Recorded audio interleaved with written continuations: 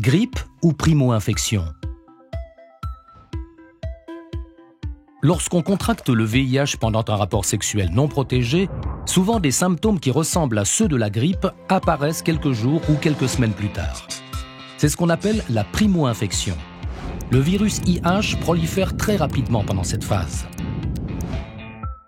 Une grande partie des transmissions du VIH surviennent pendant la primo-infection pour deux raisons.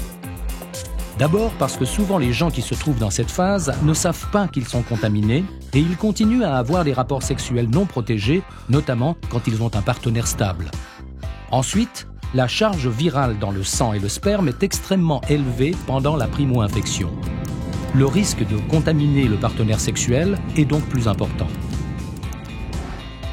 Les symptômes semblables à ceux de la grippe qui apparaissent après une infection au VIH peuvent être de la fièvre, une sensation d'épuisement, des sueurs nocturnes, des ganglions enflés ou une éruption cutanée. Ces symptômes sont plus ou moins marqués et disparaissent généralement au bout de 3 à 10 jours, même s'ils subsistent parfois plus longtemps. Mais même après leur disparition, on reste particulièrement contagieux pendant quelques semaines. Si des symptômes proches de ceux de la grippe apparaissent après un rapport non protégé, il faut immédiatement consulter un médecin pour évoquer l'éventualité d'une infection au VIH et se faire dépister si nécessaire. On préserve ainsi non seulement sa santé, mais aussi celle de son partenaire sexuel. C'est le seul moyen d'éviter de nouvelles contaminations et cela permet de commencer rapidement le traitement s'il y a infection.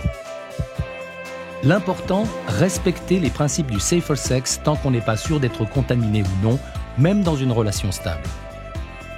Le safer sex protège non seulement du VIH, mais aussi d'autres maladies sexuellement transmissibles. Voici les principes du safer sex. Toujours porter un préservatif lors des rapports sexuels, jamais de sperme ou de sang menstruel dans la bouche et consulter immédiatement un médecin si des symptômes grippaux apparaissent après un rapport non protégé. Consultez aussi en cas de démangeaison, de sensation de brûlure ou d'écoulement au niveau des parties génitales.